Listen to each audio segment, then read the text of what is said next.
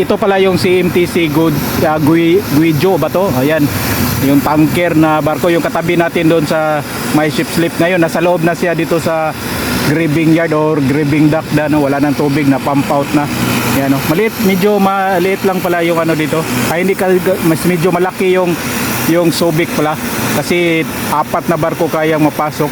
Itong Batangas medyo kaunti lang siya na yung grieving dock niya, no? Wala na palang tubig yan, no? Wala nang tubig, na pump out na. Tapos doon sa kabila naman si passenger, yung sa Tugo na passenger. Yan. Tapos doon lang tayo sa MC1, nandun sa MC1 yung pinakamaliit na barko nandito ngayon.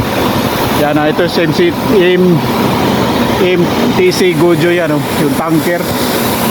Yan, ito yung tanker niya. Tapos galing pala tayo simbahan, pa uwi na tayo, para daan lang tayo dito sa barko dito sa grieving dock. Shoutout pala kay Sir Euler Balos from Morita Bincho. Maingay yung motor. At kay Sir GM Ago. Tapos ito naman at kay Sir Risley Olayan Mendoza, welder ng Batangas Shipyard, si Tugo na passenger. Shoutout kay Sir Junil Kim Lapating Apil at MBR Marine from Australia. Daan tayo dito sa gitna, dito sa taas.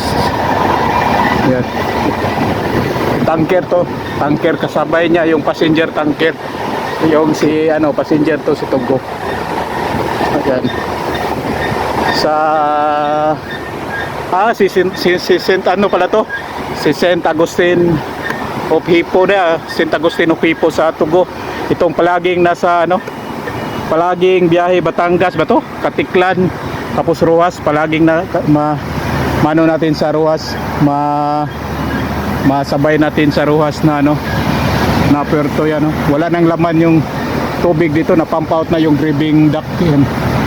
Sa Tugo pala to, si Saint Agustin of Hippo.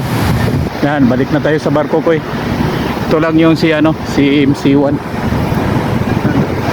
itong passenger vessel ng Tugo. Pero sabi daw nila na daw to, iwan ko kung totoo ba yun, ibinta na, dalhin na to sa India ata ito. Iwan ko kung totoo ba yung sabi nila.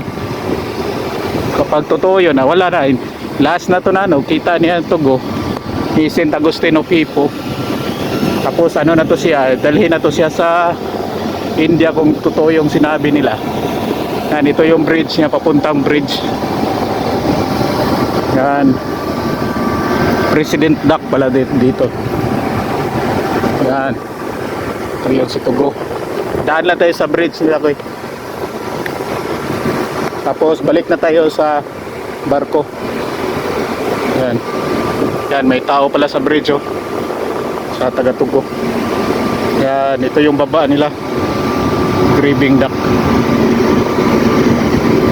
pump out na. Ito yung nila, yung sa forward nila. Yan, sa Forecastle.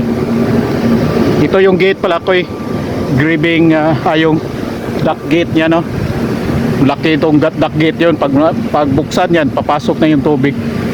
Tapos dito tayo, ito yung pinaka cute na barko yan, Purya Buyag lang, si MC1, yung pinaka cute na barko na ng Morita, bago ng pintura to. Tingnan natin yung bow thruster niya kung nalubog na ba. Ayun, nalubog na yung bow thruster niya. Nalagyan na pala ng nalagyan na ng tubig yung perfect tank niya. Yan, yung bilog na yan na may palabad.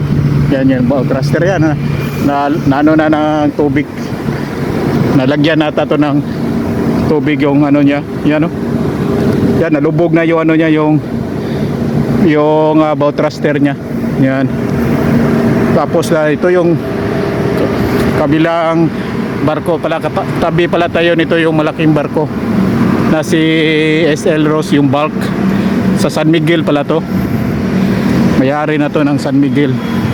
Bagong pintura na din siya, bagong bagong yung kadina niya na pinturahan na din. Yun. Yung hatch cover si Ron yan, medyo may kalawang pa. Yun si Ron yan, pero biyahe pa siguro yan. Yan, si SL Rose, nasa yung proa niya Yan.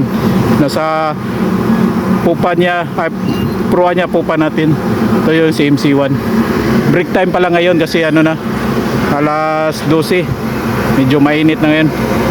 Salamat pare ko, yun lang pare ko. Salamat.